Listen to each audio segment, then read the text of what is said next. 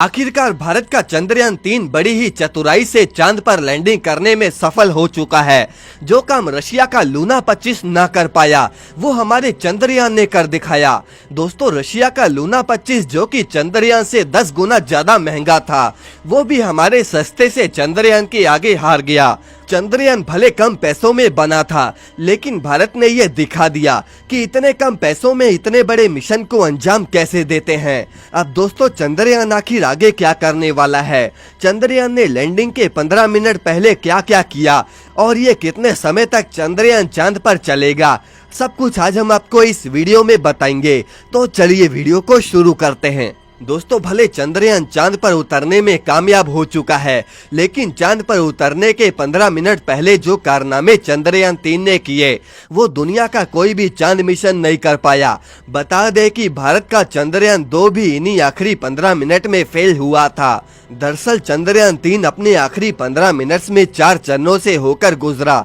सबसे पहले चरण में चंद्रयान ने रफ ब्रेकिंग फेस को पार किया।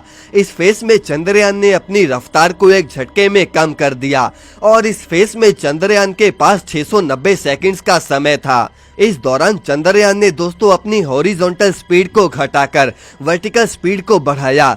अब वर्टिकल स्पीड इसीलिए बढ़ाई क्योंकि उसे चांद के ऑर्बिट को छोड़कर चांद की सतह पर जाना था। उस समय दोस्तों चंद्रयान की स्पीड 25 किलोमीटर प्रति घंटे थी और उस समय चंद्रयान की चांद से दूरी सिर्फ 7.42 किलोमीटर थी। अब इसके बाद दोस्तों चंद्रयान एटीट्यूड होल्डिंग फेस में गया, जिसे पूरा करने के लिए चंद्रयान के पास सिर्फ 10 सेकंड ही थे और अब तक चंद्रयान हॉरिजॉन्टली झुककर ही काम कर रहा था, लेकिन इसमें ये वर्टिकल झुकना शुरू हो गया। अब दोनों फेस पूरे होने के बाद ही सबसे अहम फेस शुरू हुआ, जिसका नाम था फाइन ब्रेकिंग फेस। इस फेस में चंद्रयान को अपनी स्पीड घटाने के साथ साथ लैंडिंग के लिए सही पोजीशन में भी आना था। इस फेस को पूरा करने के लिए चंद्रयान को 175 सेकंड्स मिले थे।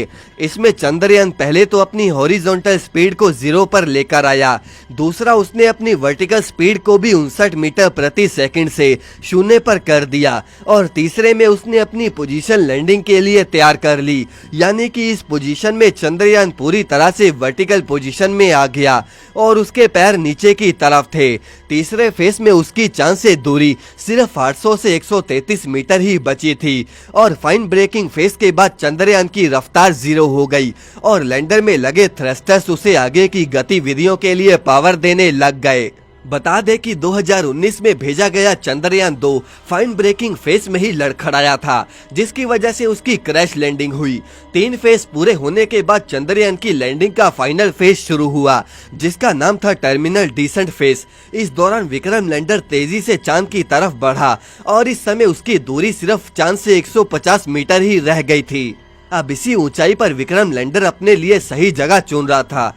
इस फेस में सबसे अहम रोल चंद्रयान में लगे LHDA यानी कि लैंडर हजार्ड डिटेक्शन अवॉइडेंस कैमरे का था। ये कैमरा दोस्तों चांद की तस्वीरें खींचकर लैंडर में मौजूद प्रोसेसर तक पहुंचा रहा था और साथ ही में विक्रम लैंडर के जो सेंसर थे वो भी चांद की जानकारी को प्रोसेसर तक पहुंचा रहे थे और इसी जानकारी से ये प्रोसेसर ने डिसाइड किया कि लैंडिंग के लिए ये जगह सही है भी या नहीं।